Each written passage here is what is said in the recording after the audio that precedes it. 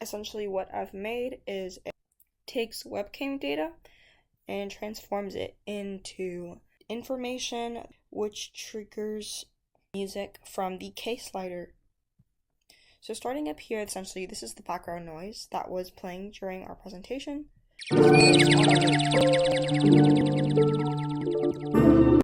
This first group here is to essentially help me decide which web camera I want to use. These are the open and close things, so I can turn on and turn off the webcam whenever I want. If there was another camera that was connected to my laptop, which there was during the projection, I would choose that.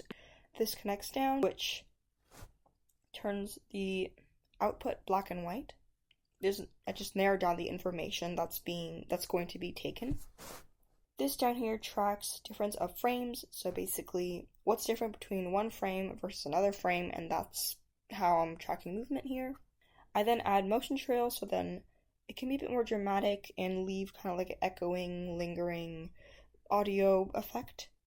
This goes up, and I turn the data down here into pixels, essentially, 15 by 15 pixels. And then that is compressed right here. If I go down, this essentially is if a pixel is greater than X, then give me info. Just narrowing down the movement sensitivity. This pixel index number becomes MIDI value, so this turns the data into a MIDI value right here. If the integer is greater than 0, then it sends a bang, which goes down here. And it'll randomly generate a number between 1 and 7. And then these numbers here are essentially for a major scale. So whatever the bass note is, whatever bass note is being played, it'll only play notes that from the keyboard that are either 2, 4, 5, 7, 9, 11 pixels apart, so on and so forth. So that triggers that. I also have a separate thing going on here, which it takes the movement, takes the bang, randomized between 3 numbers, and this is essentially each K slider value. So that's like each note of the K slider is a number, and I want it to play either 50, 58, or 65 and randomize between those 3 numbers.